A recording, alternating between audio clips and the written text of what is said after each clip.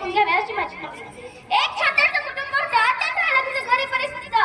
एक 12-13 वर्षाचा मुलगा होता. स्वप्न खूप होते त्याची, इच्छा खूप होती, काहीतरी बनायचंय, काहीतरी करायचंय. पण वडील एकटे मजुरीला जायचे. 4 बहिणी, मोठं कुटुंब. या सगळ्यात आर्थिक ओढाताण एवढी व्हायची की त्याच्या लक्षात आलं की आपलं स्वप्न आपण पूर्ण नाही करू शकत. आपलं जे बनायचंय ते आपण बनू नाही शकत. दिवसेंदिवस तो निराश होत गेला. त्याच्या वडिलांच्या लक्षात त्याची निराशा आली. वडिलांनी ठरवलं त्याला या निराशेतून बाहेर काढायचं. एके दिवशी एक अत्यंत फाटकं कापड वडिलांनी काढलं. त्या फाटक्या कापडाचा रुमाला एवढा एक तुकडा काढून आपल्या मुलाजवळ दिला. सांगितलं, बाळ, ह्या फाटक्या कापडाचा तुकडा कोणी 10 रुपयाला विकत घेतोय का बघ. मुलगा म्हणाला, बाबा, किती जुना आहे कापड, कोण घेणार याला. मग वडील म्हणाले, अरे प्रयत्न तरी कर, 10 रुपये आले तरी मोठा हातभार लागेल आपल्या कुटुंबाला. मग त्या मुलाने तो कपडा रात्री झोपताना स्वच्छ धुतला, अगदी स्वच्छ. इस्त्री करायची म्हणून स्वतःच्या अंथरुणाखाली ठेवला. सकाळी उठून बाजारात उभा राहिला. 10 रुपयाला कापड, 10 रुपयाला कापड करत ओरडू लागला. 1 तास झाला, 2 तास झाला, 3 तास झाला, 4 तास झाला. त्याच्या त्या कापडाकडे कोणी बघेना सुद्धा. अक्षरशः तो रडवेल असा झाला, अक्षरशः तो रडवेल असा झाला. 6 तास झाले, 7 तास झाले, त्याला काही कळेना कोण घेणार आहे की नाही. पण अचानक एक गाडीवाला येऊन त्याच्या शेजारी उभा राहिला. 10 रुपयाला कापड म्हणल्यावर गाडीची काच पुसायची म्हणून त्याने ते कापड खरीद केलं आणि त्या मुलाला 10 रुपये दिले.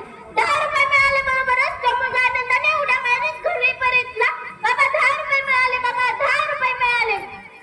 वडिलांनी त्याला कुशीत छान केलं. मोठा हातभार लागला आपल्या कुटुंबाला या 10 रुपयाचा. तो मुलगा रात्री आनंदाने झोपी गेला. दुसऱ्या दिवशी वडिलांनी कापडाचा दुसरा तुकडा फाटला आपल्या मुलाजवळ दिला. सांगितलं, बाळ, हाच कापड तू काल 10 रुपयाला विकलास, आता हाच कापड कोणी 20 रुपयाला घेतलाय का बघ. मुलगा म्हणाला, बाबा, काल 10 रुपयाला घेता 7 तास गेले, आता 20 रुपयाला कसं कोणी घेईल. वडील म्हणाले, अरे प्रयत्न तरी कर, प्रयत्न करायला काय हरकत आहे. मग मुलगा तयारीला लागला. ते कापड त्याने स्वच्छ धुतलं, इस्त्री करायची म्हणून स्वतःच्या अंथरुणाखाली ठेवलं. दुसऱ्या दिवशी जाऊन बाजारात उभा राहिला. 20 रुपयाला कापड, 20 रुपयाला कापड करत ओरडू लागला. 20 रुपयाला कापड असल्यामुळे कोणी घेईना. मग त्याच्या डोक्यात एक कल्पना सुचली. तो परत घरी आला. आपल्या शाळेतलं रंगाचं सामान त्याने काढलं आणि त्याच्यावर डोनाल्ड डकचं कार्टून त्याने काढलं. त्याला माहित होतं लहान मुलांना डोनाल्ड डकचं कार्टूनचं कापड फार आवडतं. शाळा सुटली की एखादा मुलगा बघून जाईल आणि एखादा मुलगा त्यातला हे कापड 20 रुपयाला घेईल. म्हणून त्याने तो शाळेच्या बाहेर उभा राहिला. शाळा सुटायची वाट पाहू लागला. बघता शाळा सुटली.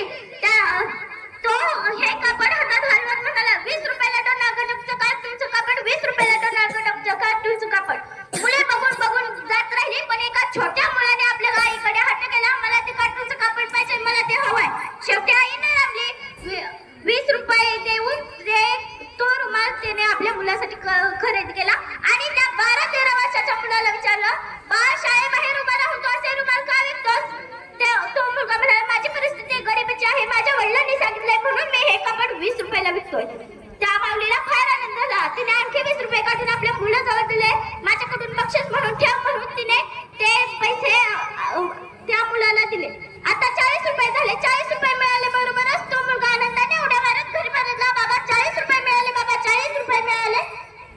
त्या मुलाने ते कापड विकलं असं बाबांना सांगितलं. वडिलांनी परत एकदा त्याला कुशीत कपटाळलं. आता 2च दिवस मध्ये गेला. तिसऱ्या दिवशी वडिलांनी कापडाचा तिसरा तुकडा फाडला आणि सांगितलं, हाच कापड तू 10-20 रुपयाला विकला, आता हाच कापड कोणी 200 रुपयाला घेतोय का बघ. मुलगा म्हणाला, बाबा, 10-20 रुपयाला कोणी घेईना, 200 रुपयाला कसं कोणी घेईल, काहीतरी काय सांगता.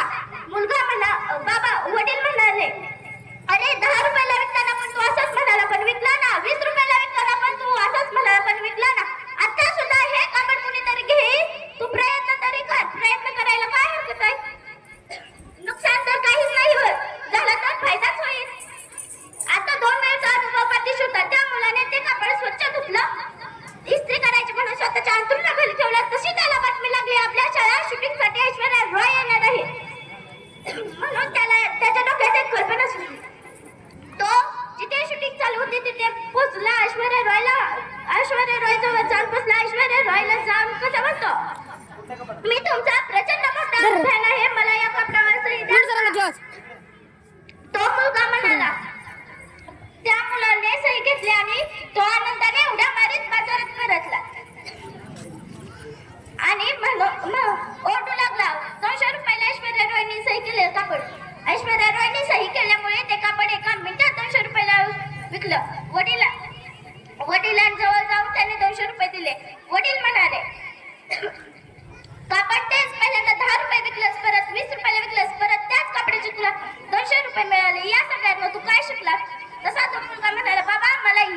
होत नाही हे कळालं.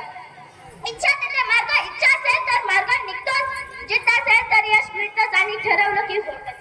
वडील म्हणायचे तर आहे ठीकच, पण मला तुला या सगळ्यात आणखी एक गोष्ट शिकवायची होती. कोणती? कापड तेच पहिल्यांदा 10 रुपयाला विकलंस, परत 20 रुपयाला विकलंस, नंतर त्याच कपड्याचे तुला 200 रुपये मिळाले. या सगळ्यात एकाच कपड्याची किंमत तू वाढवत 200 रुपयापर्यंत नेऊ शकतोस, तर तुझी किंमत तू 100 रुपयावरून 1 अब्जापर्यंत का नाही नेऊ शकत? तू तर हाडा मांसाचा माणूस आहे रे. तू तर फार मोठा होऊ शकतोस. तोच मुलगा पुढे रोबोट जॉन बॅडमिंटनपटू म्हणून पुढे जगात चमकला. त्याची परिस्थिती इतक्या हलाखीची होती. Nothing is impossible in the world. जाता जाता एवढंच म्हणे, आपली ट्रॉफी जाता जाता एवढंच म्हणे, जब तक ना सफल हो निश्चय को त्यागो तुम, जब तक ना सफल हो निश्चय को त्यागो तुम, संघर्ष का मैदान छोड़कर मत भागो तुम, संघर्ष का मैदान छोड़कर मत भागो तुम. मी तर काय म्हणते मग कुछ किए बिना ही जगत नहीं होता, कुछ किए बिना ही जगत नहीं होता. कोशिश करने वाले हार नहीं होती, आपल्याला कोशिश माहिती करने वाले हार नहीं होते. एवढे बोलून मी माझी भाषण जय हिंद जय भारत.